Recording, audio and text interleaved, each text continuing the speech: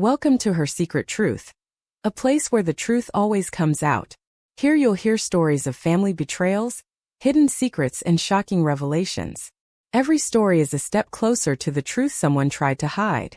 Subscribe to Her Secret Truth so you don't miss new stories you won't be able to stop watching.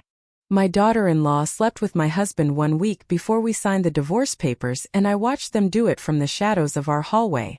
I pretended to know nothing while they planned to steal my inheritance and leave me with a small apartment in the city center. If this story resonates with you, please subscribe to the channel and leave a comment telling me your local time or the country you are watching from. My name is Michelda, and at 64 years old I thought I knew everything about the people I loved.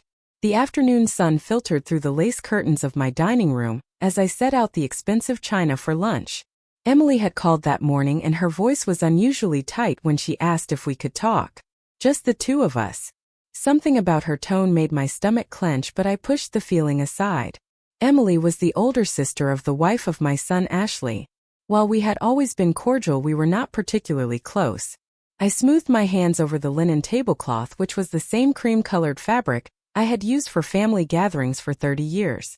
At 64, I still took pride in maintaining traditions and in creating a welcoming home for those I cherished. The house felt too quiet with just me rattling around in it lately. Robert, who was my husband of 42 years, had been distant for months. He was always finding excuses to work late or disappear into his study. And Kevin, our 35-year-old son, was so wrapped up in his marriage to Ashley that his visits had become rare at best. The doorbell chimed, and I opened it to find Emily standing on my front steps, clutching her purse like a shield.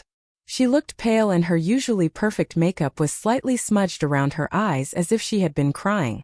"Michelda, thank you for seeing me," she said, and her voice was barely above a whisper. "Of course, dear," I replied. I led her to the dining room, noting how her hands trembled slightly as she set down her purse. "I made your favorite cucumber sandwiches and that lemon cake you complimented last Easter." She managed a weak smile but did not touch the food I had carefully arranged. Instead, she stared at her folded hands, and her knuckles were white with tension.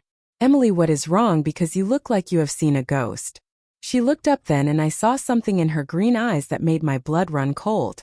It was pain and guilt, and underneath it all a desperate kind of love. "Michelda, I need to tell you something, and I do not know how to say it without destroying everything." My heart began to pound, but I kept my voice steady. "Whatever it is, we can work through it together." Emily let out a shaky breath, and tears pooled in her eyes. "It is about Ashley and Robert." The world tilted slightly, but I forced myself to remain still. My hands folded calmly in my lap. "What about them?" I asked. "They are having an affair." The words tumbled out in a rush, as if she had been holding them back for so long that they had built up pressure. "I have known for weeks. I saw them together at that little cafe downtown, which is the one near the office of Robert. They were holding hands and kissing and acting like lovers. I felt something inside me crack like ice breaking on a frozen pond. But my voice remained steady. "Are you certain?" I asked. Emily nodded miserably. I confronted Ashley about it, and she did not even try to deny it. She just laughed and said it was not any of my business. "But Michelda, the things she said about you were terrible." Her voice broke completely then. "What things?" I asked, though part of me did not want to know. "She said you were old and boring and that Robert deserved better. She said once the divorce was final, she would make sure you got as little as possible. She has been planning this for months, Michelda. The whole thing. She married Kevin to get close to the family and to the money. She has been working on Robert for a long time." The room spun around me, but I gripped the edge of the table and held on. 42 years of marriage and a son I had raised with love and dedication, and a daughter-in-law I had welcomed with open arms. All of it was crumbling because of greed and betrayal. "Why are you telling me this?" I whispered. Emily reached across the table and grasped my hand. "Because it is wrong. Because you have been nothing but kind to our family. And you do not deserve this. Because Kevin does not deserve to be married to someone who is capable of this level of deception." She paused and wiped her eyes with her free hand. "And because I love my nephew, and I cannot stand watching Ashley destroy everything good in this family." I stared at our joined hands, and mine were wrinkled and spotted with age while hers were smooth and young. "Does Kevin know?" I asked. "No, and I do not know if I should tell him because it would destroy him." I pulled my hand free and stood up slowly. I walked to the window that overlooked the garden Robert and I had planted together in our early years. The roses were in full bloom and their red petals were bright against the green foliage. Everything looked so normal and so peaceful, but underneath the roots were rotting. "What will you do?" Emily asked behind me. I turned back to her and something had shifted inside me. The initial shock was giving way to something cooler and more calculating. I had spent my entire adult life taking care of others and smoothing over problems to keep the peace. But this was not something that could be smoothed over. "Nothing," I said calmly. Emily had eyes that widened. "Nothing," I repeated. "I am going to pretend I never heard this conversation. I am going to smile and play the devoted wife and mother, and I am going to let them think they are winning." "But Matilda," she started. "Emily dear, some games require patience and I have been patient for a very long time." I sat back down and poured myself a cup of tea with steady hands. "Tell me, does Ashley know you are here?" "No, she thinks I am at work." "Good, and it needs to stay that way." I met her eyes and she must have seen something there that surprised her because she sat back slightly. "Can you do that for me?" I asked. "Can you pretend you never told me?" Emily nodded slowly. "But what about Kevin and what about your marriage?" I took a sip of tea, letting the familiar ritual calm my racing thoughts. Some battles are not won by charging in with guns blazing, dear. Sometimes you have to let your enemies think they have already won. After Emily left, I sat alone in my dining room for a long time, staring at the untouched cake and sandwiches. The house felt different now, as if the very walls had shifted. Every family photo on the mantel, and every shared memory attached to the furniture and decorations were tainted by the knowledge of what was happening under my own roof. When Robert came home that evening, I was in the kitchen preparing his favorite dinner. It was pot roast with carrots and potatoes. The same meal I had made every Thursday for 40 years. "Smells good," he said, and he did not meet my eyes as he loosened his tie. "Long day at the office?" I asked pleasantly, as if I did not know he had probably spent his lunch hour with my daughter-in-law. "The usual," he replied. He disappeared upstairs to change and I continued setting the table, and my movements were automatic and precise. When he returned, we ate in relative silence, and the conversation was limited to mundane topics about the weather and household repairs. But I watched him carefully now, noting things I had overlooked before. The way he checked his phone constantly and the new cologne he had started wearing. The fact that he no longer looked at me when he spoke. 42 years and I was just now seeing my husband clearly. That night, as he lay beside me in our king-sized bed, I stared at the ceiling and made a decision. They wanted to play games and that was fine. But they had no idea who they were playing against. Living with the knowledge of betrayal was like walking on broken glass. Every smile I forced and every pleasant conversation I maintained cut deeper into my soul. But I persisted, playing my role as the unsuspecting wife and mother, while carefully observing the elaborate deception unfolding in my own home. 3 days after the revelation of Emily, Ashley arrived for our usual Sunday dinner. She swept into my kitchen wearing a new designer dress, and her blonde hair was perfectly styled and her smile was bright and false as costume jewelry. "Matilda, you look wonderful," she gushed, embracing me with theatrical warmth. "I love what you have done with the flowers on the table." I returned her hug, noting the expensive perfume that clung to her skin. It was the same scent I had detected on the shirts of Robert lately. "Thank you, dear," I said. "Kevin should be here shortly. Would you like some wine while we wait?" "That would be lovely," she replied. She settled herself at the kitchen island, crossing her legs elegantly. "Actually, I was hoping we could have a little chat. Just us girls." My hands remained steady as I poured the wine, though my heart began to race. "Of course, and what is on your mind?" Ashley took a delicate sip and leaned forward conspiratorially. "I am worried about you, Matilda. About you and Robert." The audacity of it nearly took my breath away. Here she was, the architect of the destruction of my marriage, pretending to be concerned. "Oh, and why would you be worried?" I asked. "Well, you two seem so distant lately. At family gatherings there is this tension." She placed her manicured hand over mine in a gesture of false sympathy. "Marriage can be so challenging after so many years. The spark just fades sometimes." I nodded thoughtfully, as if considering her words. "You know, you might be right, and we have been going through a rough patch." The eyes of Ashley lit up with satisfaction that she tried to disguise as concern. "Have you considered counseling, or maybe it is time to think about what would make you both happier in the long run?" "You think we should divorce?" I asked, and my voice was carefully neutral. I am not saying that. She backtracked quickly. But I could see the excitement beneath her concerned facade. I just think life is too short to stay in a marriage that is not fulfilling. You deserve to be happy, Michelda. You deserve someone who appreciates you. The irony was suffocating. That is very thoughtful of you to say, I replied. I care about this family, she continued, and her voice took on a practiced sincerity. Kevin would want both his parents to be happy, even if that means apart, and honestly, you are still such an attractive woman. I am sure there are plenty of men who would be thrilled to have someone like you. I smiled and nodded, playing the role of the naive older woman being gently guided toward divorce by her caring daughter-in-law. Inside, I was cataloging every word and every gesture and every calculated manipulation. When Kevin arrived, the dynamic shifted immediately. Ashley transformed into the devoted wife, hanging on every word of his, and touching his arm constantly and laughing at his jokes with exaggerated delight. But I noticed how her eyes would drift to the doorway whenever the car of Robert pulled into the driveway. Robert entered the dining room 20 minutes late, claiming he had been detained at the office. The cheeks of Ashley flushed pink when he kissed my cheek in greeting, and I watched as their eyes met for just a moment too long across the table. Sorry I am late, Robert said, taking his usual seat. Crisis at the Callaway account. No problem at all, Kevin replied. We were just talking about the vacation Ashley and I are planning for next month. Oh, that is right, Robert said, and his attention was suddenly focused. Where are you thinking of going? We have not decided yet, Ashley said, and her voice was breathier than usual. Maybe somewhere warm and tropical. A place where we can just escape from everything. The way she looked at Robert when she said escape made my stomach turn, but I continued cutting my roast beef with steady hands, maintaining my pleasant expression. That sounds wonderful, I said. You young people work so hard and you deserve a break. After dinner, while Kevin and I cleared the dishes, Ashley and Robert remained at the table, and their conversation was low and intimate. I strained to catch fragments of their words.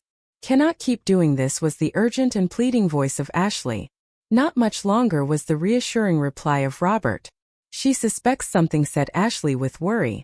She does not know anything, was the dismissive response of Robert. They were wrong because I knew everything. But I continued loading the dishwasher, humming softly to myself as if I did not have a care in the world. The following week I made an appointment with my lawyer. Not the family attorney Robert and I had used for years, but a sharp woman named Sandra Mitchell who specialized in complex divorce cases. Her office was downtown, far from our usual haunts, ensuring I would not be seen by anyone who might report back to Robert. Sandra was younger than me, probably in her 40s, with intelligent dark eyes and an air of competence that immediately put me at ease. Mrs. Carter, she said after I had explained my situation, I have to ask why you have not confronted your husband directly about the affair. I clasped my hands in my lap, choosing my words carefully, because I want to understand exactly what I am dealing with before I make any decisions. This house and our assets and our family legacy. I need to know where I stand legally. Sandra nodded approvingly. Smart approach, and let us start with the basics. How are your assets currently titled? For the next hour we went through everything. The house purchased 40 years ago with money from the estate of my family. The investment accounts accumulated over decades of careful saving. The family business that Robert had inherited from his father. And most importantly, the trust that had been established by my grandfather, which included the house and several other properties. This is interesting, Sandra said, studying the trust documents I had brought. Your grandfather was quite forward-thinking. This trust has some very specific provisions about inheritance and divorce. What kind of provisions? I asked. Well, the house can never be sold or transferred to anyone outside your direct bloodline. Even if you divorce, your husband would have no claim to it. And there is a clause here about infidelity that is quite unusual for trusts established in that era. My pulse quickened. What does it say? Sandra read from the document. In the event that a marriage is dissolved due to adultery, the innocent party retains all rights to trust properties, and the offending party forfeits any claim to assets derived from or connected to said trust. I sat back in my chair, feeling something like hope stir in my chest for the first time in weeks. So if I can prove the affair of Robert, the first asked, you would retain not just the house but several other properties and investments that are connected to the trust. Properties that your husband currently believes he has a stake in. And he does not know about these provisions. Sandra shook her head. From what you have told me, it sounds like he is operating under the assumption that you would be entitled to half of everything in a standard divorce proceeding. He has no idea about the protections of the trust. I left the office of Sandra feeling lighter than I had in weeks.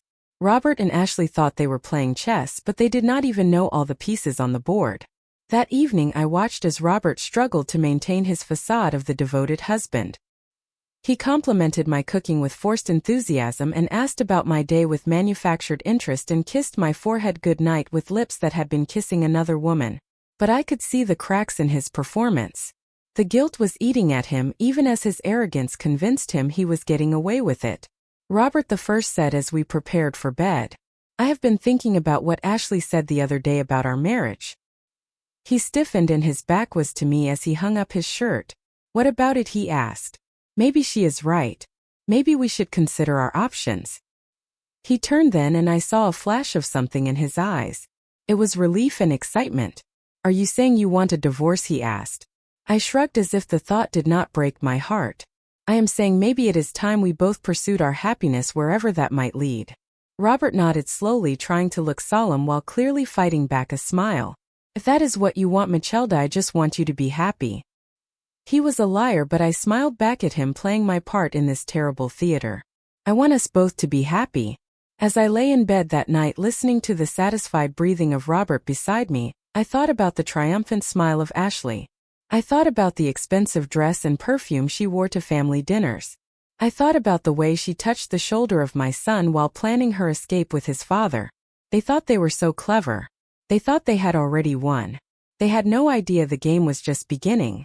The law offices of Peterson and Associates occupied the top floor of a gleaming downtown high-rise made of marble and mahogany, designed to intimidate.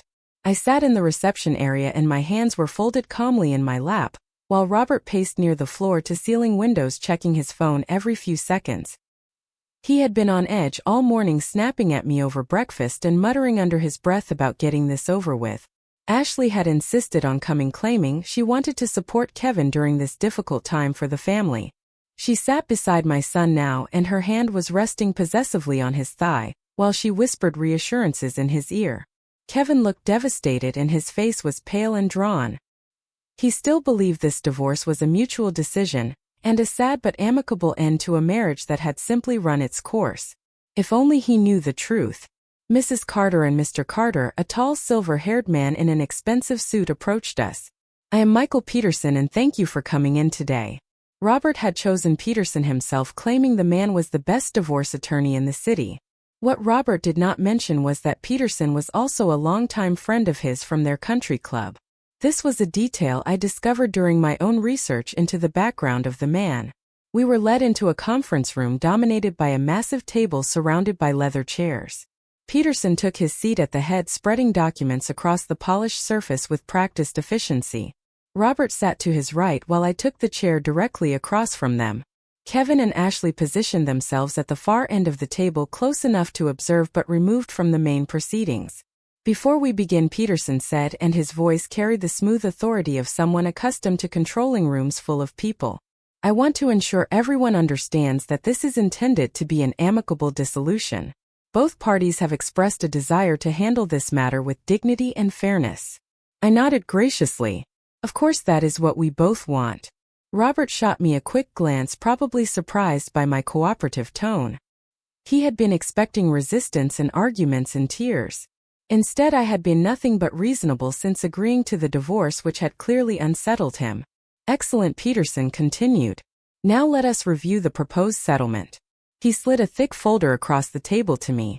"As you will see, we have attempted to divide the marital assets, equitably taking into consideration the length of the marriage and the contributions of both parties."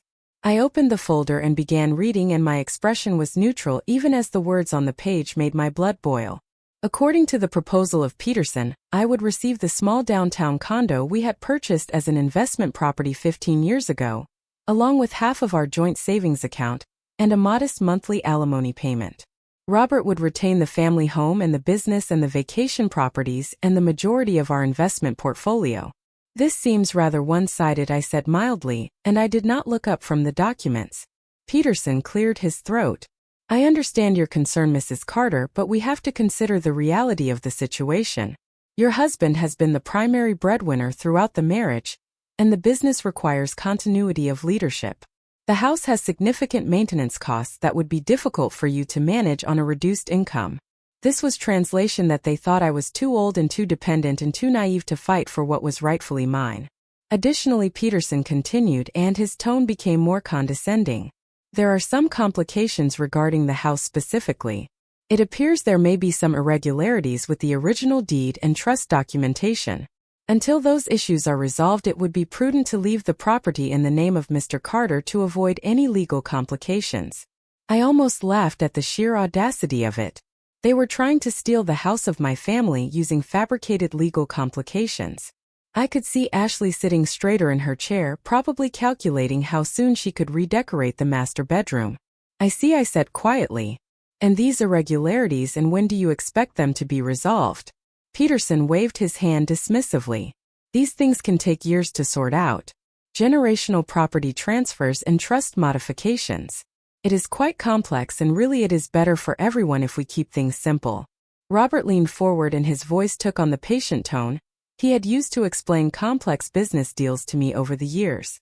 Michelda, I know this is not easy, but Peterson knows what he is talking about. This way you will not have to worry about property taxes and maintenance and all those headaches. The condo will be perfect for you and much more manageable. Manageable. As if I were a child who needed to be protected from adult responsibilities. I looked around the table, taking in each face. Peterson was smug and satisfied with his clever manipulation of legal language. Robert was trying to look sympathetic while barely containing his excitement at getting everything he wanted. Ashley had eyes that were bright with triumph as she imagined herself as mistress of the home of my family. And Kevin, who was my sweet boy, looked uncomfortable but trusted that his parents were handling things fairly. Well, I said, closing the folder with a soft snap. I suppose you have thought of everything. Peterson smiled, probably thinking he had one. We have tried to be thorough, and yes.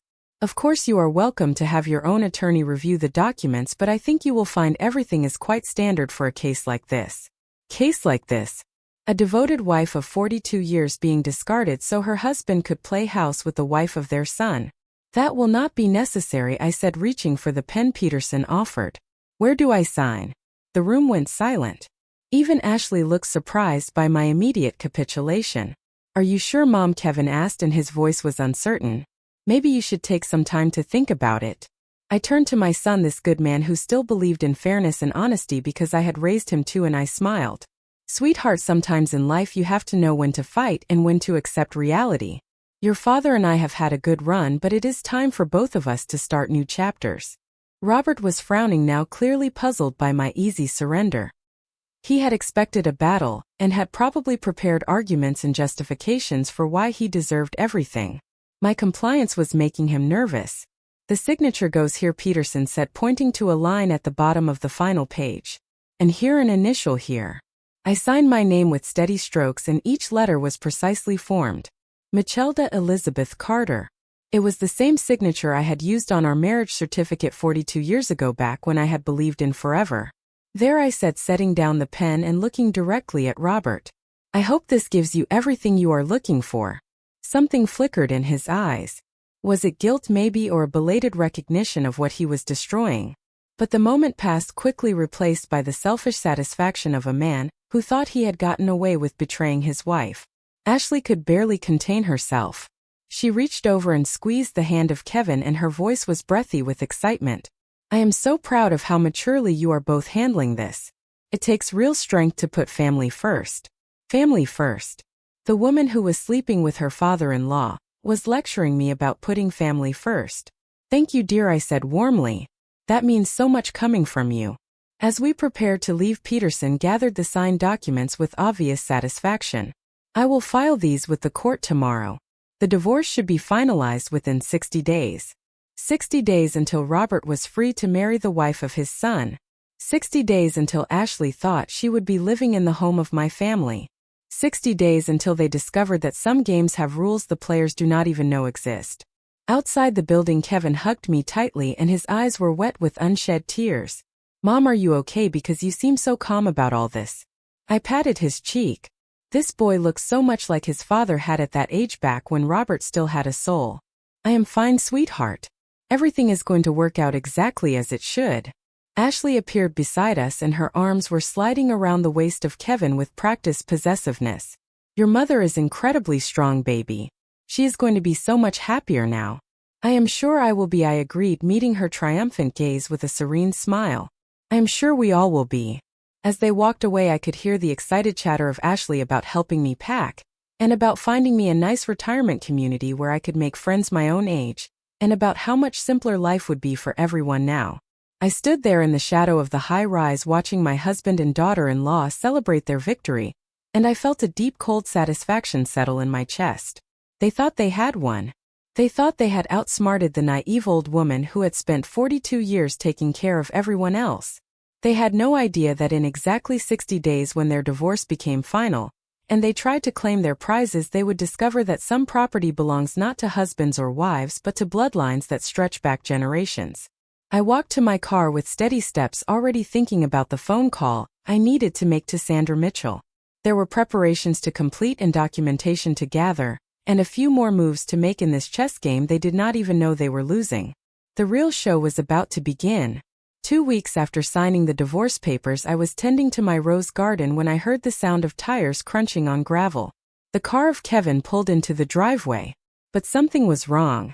Instead of his usual cheerful wave, he sat behind the wheel for a long moment and his hands were gripping the steering wheel as if it were the only thing keeping him upright. When he finally emerged, I could see that my son was broken. His usually pristine appearance was disheveled, and his shirt was wrinkled and his hair was uncombed. But it was his eyes that broke my heart. They held the hollow, devastated look of someone whose world had just collapsed. "Kevin," I set down my gardening shears and hurried toward him. "Sweetheart, what is wrong and what is happening?" He looked at me for a moment and his mouth was opening and closing as if he could not find the words. Then his face crumpled and he collapsed onto my front steps like a marionette whose strings had been cut. "She has been lying to me," he whispered, and his voice was raw with pain. "All this time she has been lying." I sat down beside him, not trusting myself to speak. Part of me wanted to wrap my arms around him and tell him everything would be okay. Another part wanted to demand details to finally have confirmation of what I had known for weeks. Instead, I waited, letting him find his way to the truth at his own pace. I found text messages. He continued staring at his hands. Hundreds of them between Ashley and Dad. They have been planning this whole thing for months. My heart ached for him, but I forced my voice to remain calm. "Planning what exactly?" I asked. Kevin let out a bitter laugh that sounded nothing like my gentle son. "The divorce and the affair. They thought they were so clever, waiting until after you sign the papers to run off together. Ashley was bragging to someone about how easy it was to manipulate both of you." The words hit me like physical blows, even though I had known the truth for weeks. Hearing it from the lips of Kevin made it real in a way that all my observations and suspicions had not. "How did you find out?" I asked quietly. "Emily called me," and the voice of Kevin was thick with gratitude and grief. "She said she could not watch this happen anymore. She told me where to look and what to search for." I thought she was crazy at first, but then I checked the phone of Ashley while she was in the shower, and he trailed off, unable to finish the sentence. I could imagine what those messages contained. The excitement and the planning and the cruel laughter at the expense of the people they were betraying. "Emily has been trying to warn people for weeks," Kevin continued. "She said she tried to talk to Ashley and begged her to stop, but Ashley just laughed and said she had worked too hard to get close to the money of our family to give up now. Money, and of course it all came back to money. Not love and not genuine connection, but just cold calculation about assets and inheritance." "Where is Ashley now?" I asked. I confronted her this morning and showed her the messages I had found. Kevin wiped his eyes with the back of his hand. "She did not even try to deny it. She just shrugged and said I was naive if I thought she had ever actually loved me. She said Dad could give her things I never could." The casual cruelty of it took my breath away. To dismiss years of marriage and to mock the love of a good man who had done nothing but cherish her was beyond comprehension. "I threw her out," Kevin said, and his voice was gaining strength. "I told her she had an hour to pack her things and get out of our house. She laughed at me, Mom, and said it did not matter because soon she would be living somewhere much nicer anyway. Somewhere much nicer. The home of my family, which she believed would soon be hers." "I am so sorry, sweetheart," I said, finally allowing myself to touch his shoulder. "You did not deserve any of this." Kevin looked up at me then, and his eyes were bright with unshed tears. How are you so calm about this and Dad betrayed you too? He threw away 42 years of marriage for her. I studied the face of my son who was this man I had raised to believe in goodness and loyalty, and I made a decision. He deserved to know that he was not alone in this and that someone else was fighting for what was right. Kevin, there is something I need to tell you about the divorce and about what really happened in the office of that lawyer. Over the next hour I told him everything. I told him about the warning of Emily and about my weeks of careful observation and about Sandra Mitchell and the trust provisions that Robert and Ashley knew nothing about. Kevin listened in stunned silence as I explained how I deliberately played the role of the naive defeated wife, while gathering evidence and preparing my real response. You knew, he whispered when I finished. All this time you knew what they were doing. I knew, I confirmed. And I let them think they had won because sometimes the best strategy is to let your opponents reveal exactly who they are before you make your move. Kevin stared at me as if seeing me for the first time. Mom, I had no idea you were so strategic. I smiled sadly. 42 years of marriage teaches you a lot about people, sweetheart, including when to fight and when to wait for the right moment. So what happens now when Dad finds out about the trust? That is up to him and Ashley, I replied. I stood up, brushing dirt from my gardening clothes. They made their choices and now they get to live with the consequences. Kevin stood too, looking more like himself than he had since arriving. What about us? I mean, I know Ashley is my wife or was my wife, but I cannot just pretend this did not happen. You do not have to pretend anything, I assured him. You are the innocent party in all this and you have every right to protect yourself. As if summoned by our conversation, another car pulled into the driveway. This time it was Emily and her face was anxious as she hurried toward us. Kevin, I am so sorry, she said, and her voice was thick with emotion. I know this is all my fault. If I had not told you to look. You saved me, Kevin interrupted, and his voice was firm. If you had not warned me, I would have spent months or years married to someone who was using me. You saved me from wasting my life on a lie. The eyes of Emily filled with tears. I should have said something sooner and I should have protected you better. I watched the two of them, noting the way the genuine distress of Emily contrasted so sharply with the calculated manipulation of Ashley. Where Ashley was all sharp edges and hidden agendas, Emily radiated warmth and sincerity. Even in her guilt and pain, she was thinking of the welfare of Kevin. Emily, I said gently, you did exactly the right thing. You chose loyalty and honesty over family convenience, and that takes real courage. She looked at me with surprised gratitude. I was so afraid you would hate me for bringing this into your family. My dear, you did not bring anything into our family. You revealed what was already here, festering in the darkness. Now we can deal with it in the light. Kevin moved closer to Emily and his hand was hovering near her shoulder, as if he wanted to comfort her but was not sure if it was appropriate. Emily, I need you to know how grateful I am. Not just for warning me but for being honest when it would have been easier to stay silent. The look that passed between them was charged with something new and tentative. It was not romance and not yet, but it was the recognition of shared values and of similar wounds and of the possibility that something good might grow from the ashes of this betrayal. I should go, Emily said suddenly, as if realizing she was intruding on a family crisis. You two need time to process all this. Actually, Kevin said quickly. Would you like to stay for dinner, because Mom makes the best pot roast in the county and I think we could all use some normal conversation right now. Emily looked to me for permission and I nodded warmly. I would love to have you stay. It has been far too long since we have had honest conversation around our dinner table. As the three of us walked toward the house, I felt something shift in the air around us. The toxic cloud that had been hovering over our family was finally beginning to lift. The betrayal of Ashley had been devastating, but it had also revealed the true character of everyone involved. Kevin was stronger than I had given him credit for, and was capable of facing hard truths and making difficult decisions. Emily was proving herself to be everything her sister was not. She was loyal and honest and selfless, and I had rediscovered my own strength and my ability to plan and wait and fight for what mattered. That evening, as we sat around my kitchen table sharing stories and laughter, I watched Kevin and Emily together. There was something healing in their connection, and a recognition that they had both been betrayed by someone they loved. But that betrayal did not have to define them. You know, Emily said quietly as we cleared the dishes.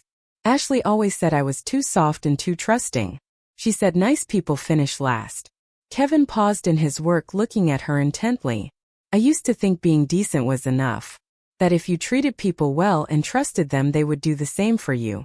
And now I asked, curious about how this experience would change my son. Kevin glanced at Emily, then back at me. Now I think being decent is still the right choice, but it does not mean you have to be naive. You can be kind and still protect yourself. You can trust people who prove they deserve it. As the evening wound down and Emily prepared to leave, Kevin walked her to her car. Through the kitchen window I watched them stand talking quietly in the driveway, and their conversation was intimate and earnest. When he finally returned to the house, there was something different about his expression. "She is remarkable," he said simply. "Yes, she is," I agreed. "She is very different from her sister." Kevin nodded thoughtfully. "I keep thinking about what you said earlier about letting people reveal who they really are. Ashley showed me exactly who she was, but I was too blind to see it. But Emily has been showing me who she is too, and I almost missed it because I was so focused on the wrong person." The heart heals, Kevin, and when it does, it often sees more clearly than before. That night, as I prepared for bed in the house that would soon legally be mine again, I thought about the strange turns life takes. The betrayal of Ashley had been devastating, but it had also created opportunities for truth, and for genuine connection, and for new beginnings based on honesty rather than deception. In trying to destroy our family, Ashley had actually revealed its strength. She had stripped away the pretenses and false loyalties, leaving only what was real and worth preserving. Tomorrow I would call Sandra Mitchell and begin the final phase of my plan. But tonight I felt something I had not experienced in months. I felt hope. The call came on a Tuesday morning, exactly 63 days after I had signed those divorce papers in the office of Peterson. I was having coffee on my back porch, watching the sunrise paint the sky in shades of gold and pink, when my phone rang. The name of Robert appeared on the screen, and for the first time in months I felt genuine amusement as I answered. "Hello, Robert," the first said. "What the hell have you done?" Because his voice was raw with panic and rage, and all pretense of civility was abandoned. I took a leisurely sip of my coffee before responding. "Good morning to you too. I am fine and thank you for asking. The weather is lovely today. Do not play games with me, Michelda. My lawyer called an hour ago and he says there is a problem with the house.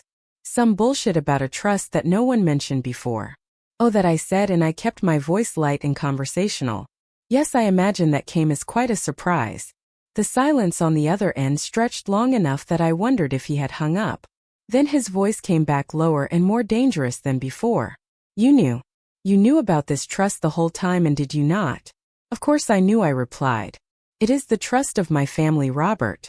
My grandfather established it to protect our property from exactly this kind of situation." "This kind of situation?" His voice cracked with indignation. "We are getting divorced, and that is normal, Michelda. People get divorced every day."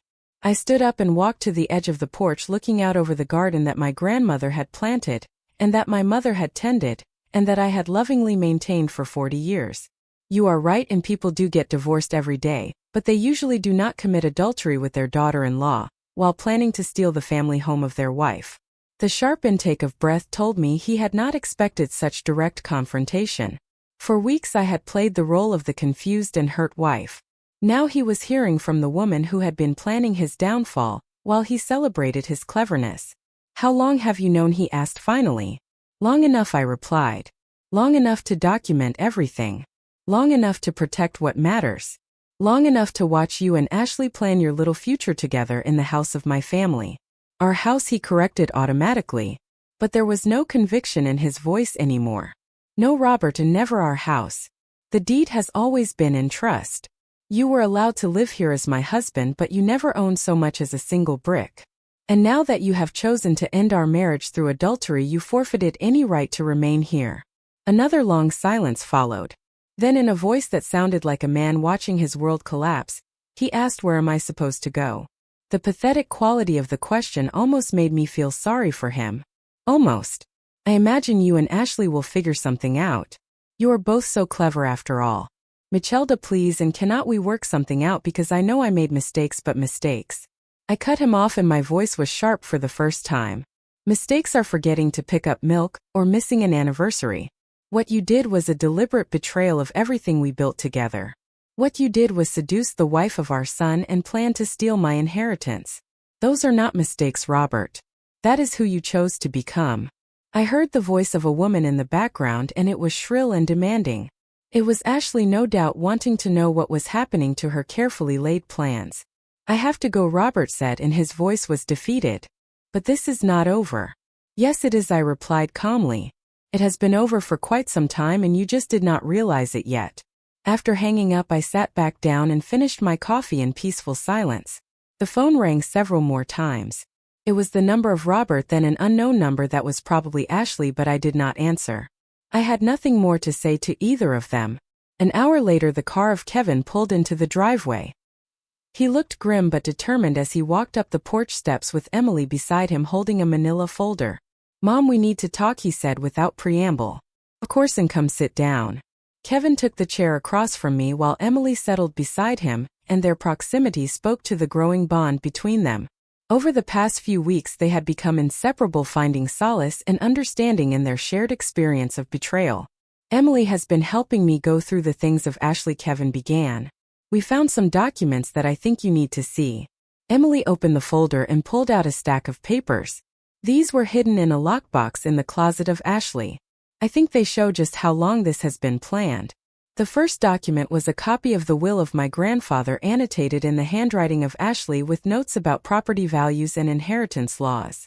The second was a timeline meticulously detailed showing when she had planned to seduce Robert, and when they would initiate divorce proceedings, and when they expected to take possession of the house. But it was the third document that made my blood run cold. It was a life insurance policy on me taken out by Ashley 6 months ago, listing herself as the beneficiary. She forged your signature, Emily said quietly. I checked with the insurance company, and they have no record of you ever agreeing to this policy. The face of Kevin was pale with fury. She was not just planning to steal from you, Mom. She was planning to. He could not finish the sentence.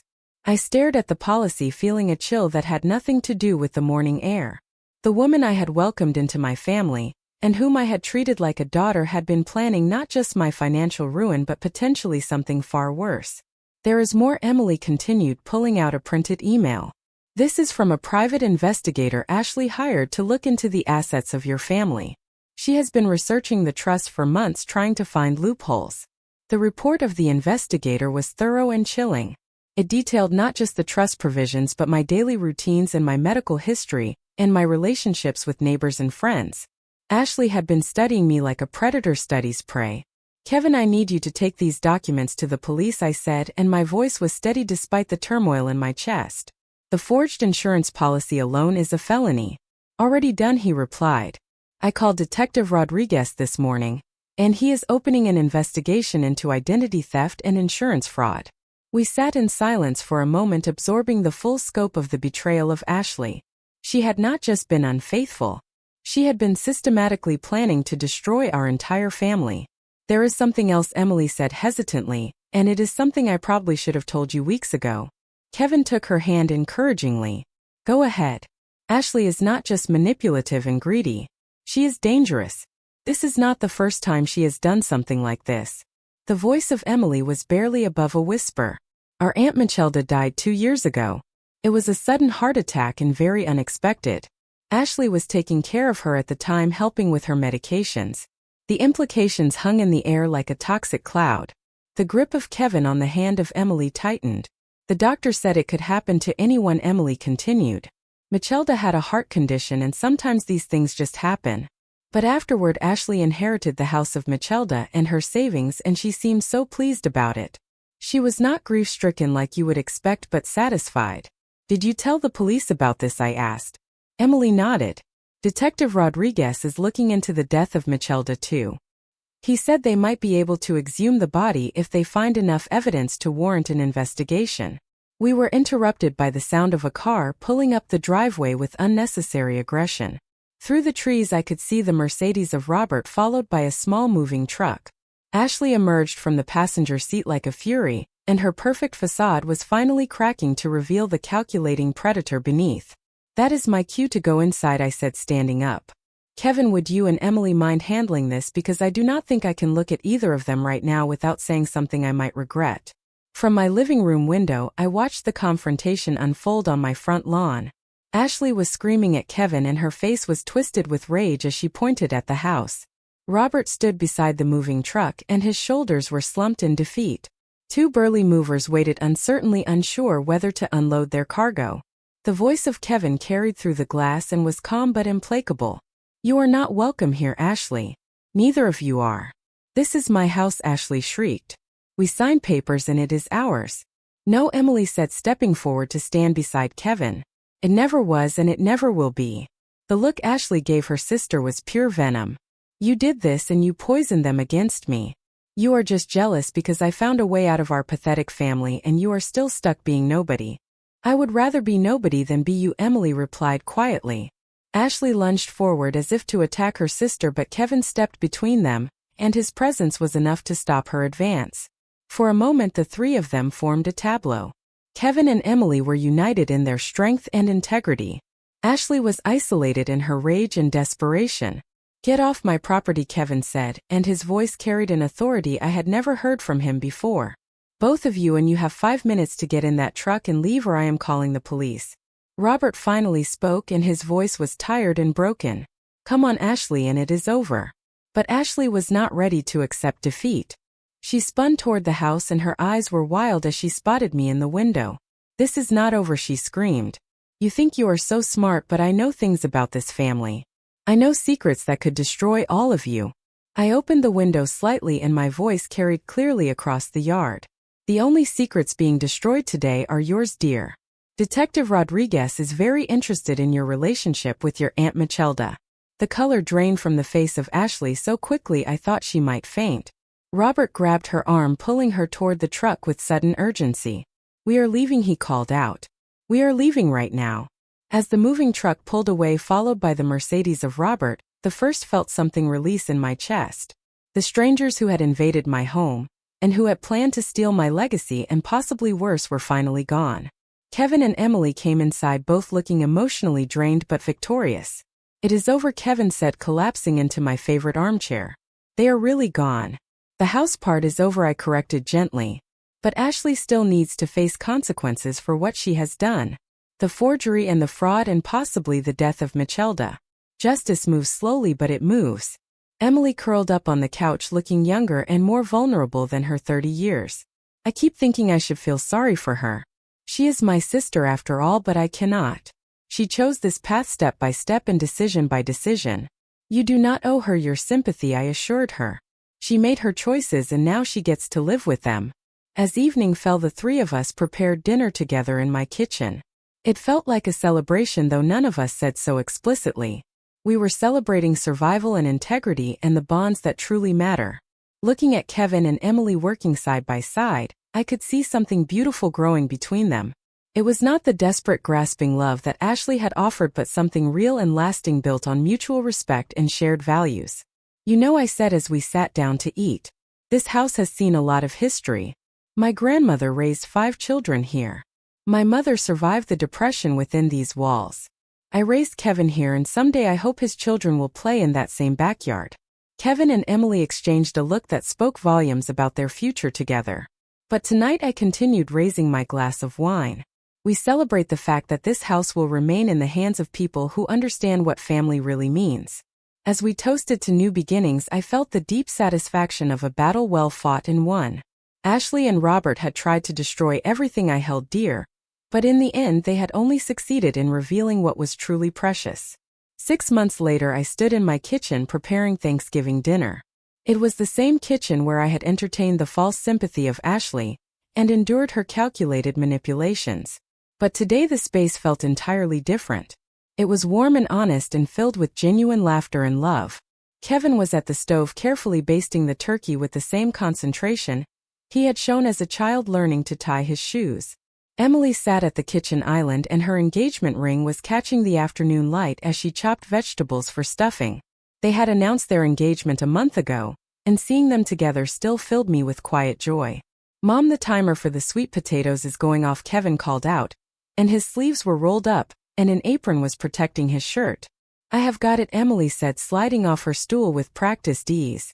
Over the past month, she had become an integral part of our household rhythm, helping with cooking and gardening, and the 1,000 small tasks that make a house a home. The front doorbell chimed, and I went to answer it, expecting our neighbors, the Brookfields, whom I had invited to join us for dinner. Instead, I found Detective Rodriguez standing on my porch, and his expression was serious but not grim. Mrs. Carter, I hope I am not interrupting your holiday. Not at all, detective, and please come in.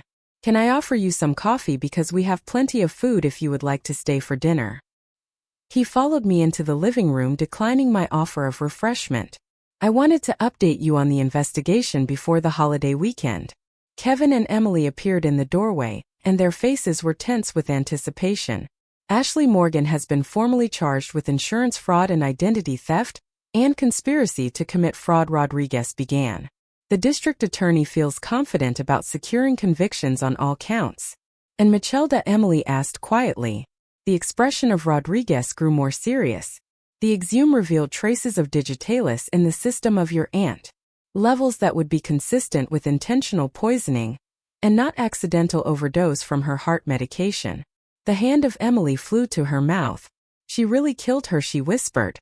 We are building a case for first-degree murder.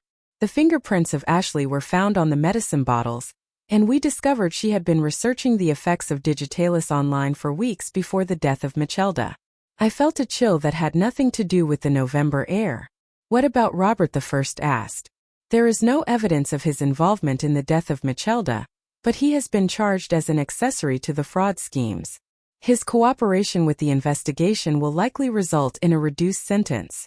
After Rodriguez left, we sat in the living room absorbing the news. Justice was finally being served, but it felt hollow somehow. Michelda was still dead, and the marriage of Kevin was still destroyed. And 42 years of my life had still been built on a foundation that crumbled the moment my husband chose betrayal over loyalty. Are you okay, Mom? Kevin asked, noting my silence. I considered the question carefully. I am relieved, I said finally. Relieved that Ashley cannot hurt anyone else. Relieved that Michelda will get justice. But mostly I am relieved that we survived this with our integrity intact. Emily reached over and squeezed my hand. I keep thinking about all the what-ifs. What if I had not told you about the affair? And what if you had not known about the trust? And what if Ashley had succeeded? But she did not, Kevin pointed out. And we are all stronger now because of it. He was right. The past 6 months had tested us in ways I had never imagined, but we had emerged more connected and more honest with each other, and more aware of what truly mattered. The Brookfields arrived shortly after, followed by Sandra Mitchell, and her husband, whom I had invited after discovering we shared a love of gardening. The dining room filled with conversation and laughter, and the kind of genuine warmth that cannot be manufactured or manipulated. As we sat down to dinner, I looked around the table at the faces gathered there. They were real friends and chosen family, and people who cared about each other without agenda or calculation. This was what Ashley had never understood. That true wealth is not measured in property values or bank accounts, but in the quality of the relationships you build. Before we eat, I said, standing and raising my wine glass. I want to say something. The conversation quieted and all eyes turned to me. This year has been one of the most difficult of my life. I lost a marriage I thought would last forever. I discovered that someone I loved was capable of unimaginable betrayal. I learned that my family was under attack from within. I paused, meeting each pair of eyes around the table. But I also learned that I am stronger than I ever imagined. I learned that my son is a man of integrity who chooses love over revenge. I learned that sometimes the greatest gifts come disguised as losses. I looked directly at Emily, who was this woman who had the courage to speak truth when silence would have been easier. I learned that family is not just about blood. It is about people who stand by you when the world tries to tear you down. People who choose honesty over convenience and loyalty over self-interest. Kevin stood and raised his own glass. To Mom, who taught us that grace under pressure is not just a saying but it is a way of life. To Michelda, Sandra added, who proved that patience and planning can overcome any adversary. To new beginnings, Emily said softly. And to families we choose as much as families we were born into. As we clinked glasses, I felt a deep sense of completion. It was not because the story was over. Kevin and Emily would marry in the spring, and there would be grandchildren eventually, and life would continue with all its joys and challenges. But because I finally understood who I was beyond being the wife of Robert or the mother of Kevin. I was Michelda Carter, who was the keeper of the legacy of my family, and the protector of what mattered, and the survivor of betrayal, and the architect of my own future. After dinner, as our guests prepared to leave, Sandra pulled me aside. Have you given any thought to what you will do with the downtown condo? She asked. The one from the divorce settlement. I smiled. I am thinking of turning it into a refuge for women who are rebuilding their lives after divorce. Nothing grand or institutional, but just a quiet place where someone can stay while they figure out their next chapter." Sandra nodded approvingly. Ashley probably thought she was taking something valuable from you with that settlement. She had no idea she was giving you away to help other women in similar situations. Ironic, is it not, because her greed became the foundation for something genuinely useful. Later that evening, after Kevin and Emily had gone home to their apartment, I walked through the quiet house, turning off lights and checking locks. It was the same ritual I had performed for 40 years. But now it felt different. It was peaceful rather than routine, and secure rather than automatic. In my bedroom, I opened the jewelry box where I kept my most precious possessions. Past the pearl necklace my mother had given me, and past the gold bracelet from my grandmother, I found what I was looking for. It was my original wedding ring, which was the simple gold band Robert had placed on my finger when we were both young and full of dreams. I held it up to the lamplight, studying the inscription inside. Forever and always D. Forever had lasted 42 years. Always had ended the day he chose another woman over his family. But that did not erase the good years and the love that had been real, even if it had not been permanent. I placed the ring back in the box, not with anger or sadness, but with acceptance. That chapter of my life was closed, but the story continued. My phone buzzed with a text message from Kevin. "Thank you for an amazing Thanksgiving, Mom and Emily, and I are so grateful to have you in our lives." I typed back, "Thank you for becoming the man I always knew you could be, and sleep well." A second message appeared, and this one was from Emily. "I never had a mother who believed in me the way you do, and thank you for showing me what real strength looks like." I wiped away the tears that sprang to my eyes. At 64, I was discovering that some of the greatest gifts of life come in the second act. When you finally understand what you are worth and refuse to accept anything less. The house settled around me with familiar creaks and sighs. They were the sounds of a structure that had weathered many storms and would weather many more. I thought about my grandmother, who had raised 5 children in this house during the Depression. I thought about my mother, who had maintained it as a sanctuary during the Second World War when my father was overseas. I was part of a long line of strong women who had protected what mattered, and who had faced adversity with grace and determination. Ashley had tried to break that chain, but she had only succeeded in forging it stronger. Tomorrow I would start planning the refuge for divorced women, using the condo that was supposed to be my consolation prize. Next month I would help Kevin and Emily plan their wedding, which would take place in the garden where my grandmother had married my grandfather 80 years ago. But tonight I would simply be grateful for survival and for discovery, and for the knowledge that at any age and at any stage of life it is never too late to discover who you really are when everything false is stripped away. Outside my window, the November wind rustled through the bare branches of the oak tree Robert and I had planted on our 10th anniversary. It had weathered storms and droughts and countless seasons of change. Like me, it had bent but not broken, and had endured and grown stronger. In the spring it would bloom again, and so would I. Now I am curious about you who listen to my story. What would you do if you were in her place, and have you ever been through something similar? Comment below and tell me your thoughts. Meanwhile, I am leaving on the final screen 2 other stories that are channel favorites, and they will definitely surprise you. Thank you for watching until here and for being part of this family.